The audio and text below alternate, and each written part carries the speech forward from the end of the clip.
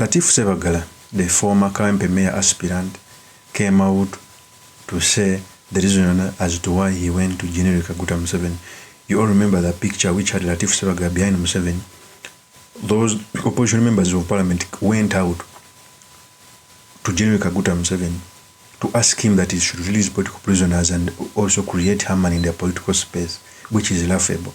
So when Latif SSEBAGGALA said this statement, naye olwaleero engeri gye twagala okulabamu ebintu ate ekifaananyi kati kigaziyemu kigazi twagala okulaba mu mbeera zonna tinga Latif SSEBAGGALA Sseŋŋendo byempiseemu byonna kubanga teri muntu n'omu akugamba nti beera kino bw'oba ne conviction yo era nga bwe mbadde naye ebbanga lyonna otegeera nga kitwetaaga kugamba nti twandibadde tulinawo option endala ey'okugamba nti eggwanga naye ku bakulembeze abalala era nga bwe tukyakirina naye tukituuseeko tutya wakati mu byonna bye tuyiseemu olwaleero buli omu yamanyi bw'alaba ebintu tubadde mu bululu buno obululu bwe tubaddemu buli omu yamanyi bw'abuwangudde awangudde mwalaali yamanyi bwakoze eki bwawangudde oyo alowooza nti yandibadde nga ye muwanguzi naye amanyi ebizibu byakola ki byayitamu oba byayiseemu oyo amanyi nti obuwanguzi tebubadde bwange naye amanyi kyakola ki kyayiseemu abantu abakwatiddwa abantu abasibiddwa bayitibwa obuki obungi naye abamannya boogerwako naye bannayuganda bangi bwana mayamba n'abatulaba abali mu nkomyo abakwatiddwa ku nsonga ezitali zimu naleezimu oba oli awo tebazimanyi ninga bali mu makomera abo batono nnyo ababoogerako. That is Latif SSEBAGGALA. First of all, and this is not the first time many opposition leaders have went to General Kaguta Museveni with the same demands. They've ended up just looking for position because they are going to a wrong place, to a wrong person. And when they speak, they talk about the scenarios in Kenya and other neighboring countries. In fact, the political terrain in Kenya is so way different from here in Uganda. In Uganda, we have an opposition leader's home that has ever been attacked. In Uganda, we have political prisoners who have stayed in prison for 5 years. In Kenya, they are not there. But even if they are there, normally talks in Kenya, they are spearheaded by someone from outside. The former President Goodluck Jonathan have ever been in Kenya. In 2007, they brought Kofi Annan. He was the partial arbiter. Okay? In the handshake of Raila and Ruto, they brought the former president in Nigeria again. And if indeed they believed in concession and to reduce political terrain, one of the factors of a good negotiation is to have a partial place which is not controlled by anyone. Is to have a partial habitat. For example, in this case, you may decide to bring the head of AU to be the chairman of the negotiations. But for these busybodies to walk in the State House and tell a person who's orchestrating torture and violence and constitutionalism that he should tone down, it is laughable. Unless they are looking for something, as Norbert Mao went. When Norbert Mao was came out to say that he's going to talk about transition, it has never happened. And the term of office ended. Now he's singing praises so that he can be put in the cabinet. Other things ended. So you clearly see that these people have another motive.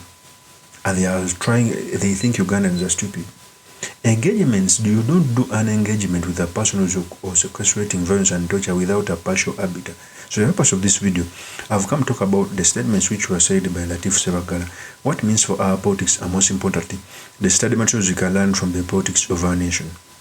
But before I do this, I want to let you know that if you're new to this channel, please subscribe.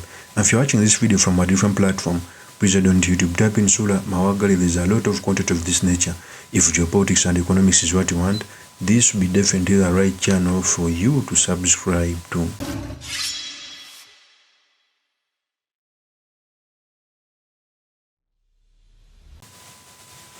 First of all, we should first understand, one, that it is not new for the opposition to go back to General Kaguta Museveni.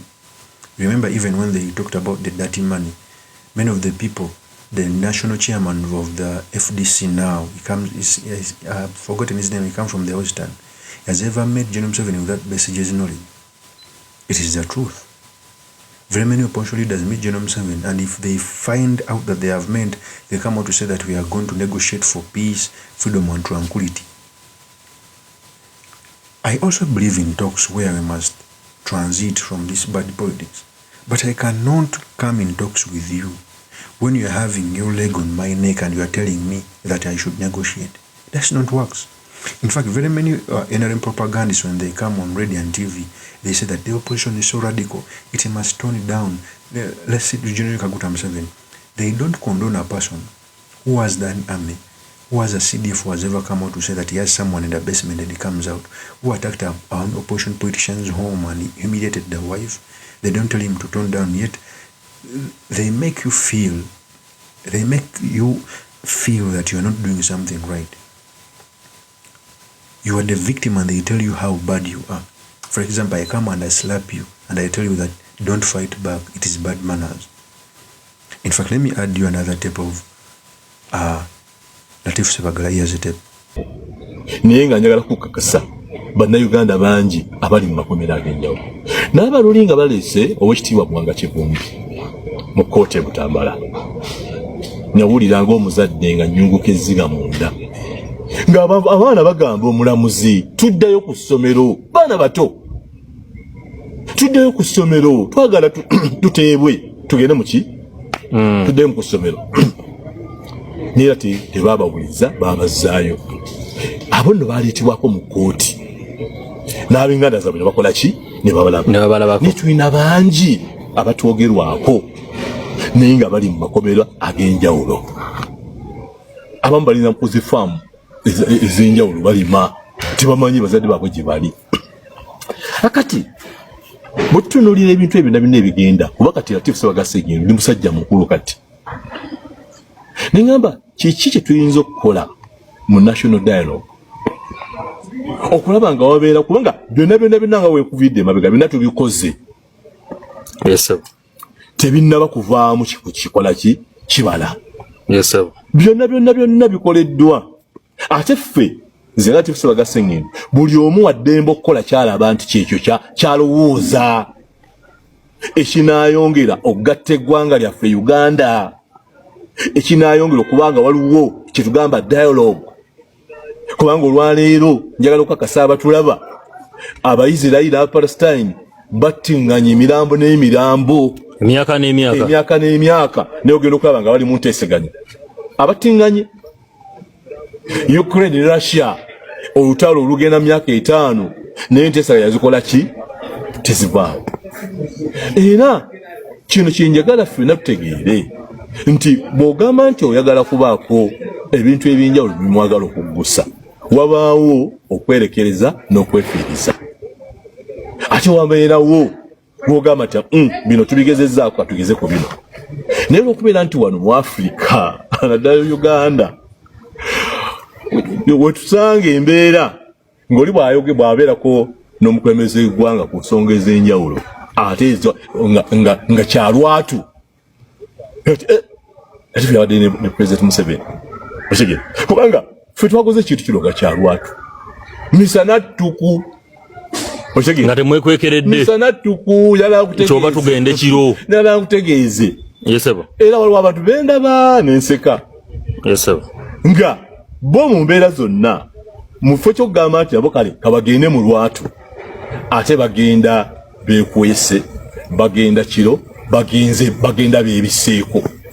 Yes sir. Nefe ogamba nti ekifaananyi kijje katumanyi bulungi ekifaananyi kijja kutambula kubanga tetwasibaddemu nda kutya n'omulundi n'ogumu, kubanga ensonga gye twabaddeko ssemasonga ey'okulaba tutya bwe tuyinza okutambuza, tutya bwe tuyinza okugamba nti wayinza okubeerawo reconciliation, wayinza okubeerawo emitima egikkakkanako, wayinza okubeerawo eggwanga lyaffe okubeera nga littiŋŋana. Nga nze ekyo kyabadde kineetaagisa kubanga nabadde sirina gwe nsobola kwebuuzaako kubanga sirina kibiina kyonna kati kye ŋŋamba nti kiikino. Wazira nabadde nebuuza ku mwoyo wange ng'omuntu aludde mu byofuzi by'eggwanga. Tewagenze nti nno ogenze ng'abamu abagamba nti nno wagenze na kirowoozo kyo. Era nze mufuulira omuntu agamba akati oyo. That is Latif Sebaggala. So for me, I think, one, these people going to State House, maybe they are planning something for their own, not necessarily Uganda at heart, and it is okay. The only bad thing is that they are mocking those who are in prison. They are mocking people who have put their life on the line. And it's going to be worse because you are nearing a transition. That's why sometimes I pray for Dr. Kizabes Jan Bobi Wine. I'm starting to think that the only genuine may be opposition at the heads. Because normally, even the people you believe that, for example, Latif Sebaggala was in parliament for 20 years. He was a councillor for 5 years, a chairman for 5 years, almost 30 years in leadership. What are you looking for? To an extent of selling the agenda of Uganda. I wouldn't begrudge Latif Sebaggala if he came out to say that I've joined the NRM, do the works. But hiding under negotiation, and the people who are